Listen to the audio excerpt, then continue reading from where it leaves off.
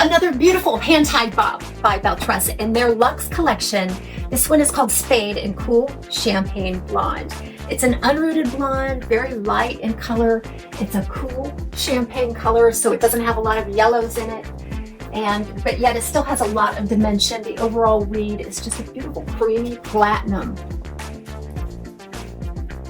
Because it's hand-tied, you can't see through to the wefting. It has a full ear-to-ear wraparound, ear-to-ear lace front, full monofilament top, and hand-tied panels.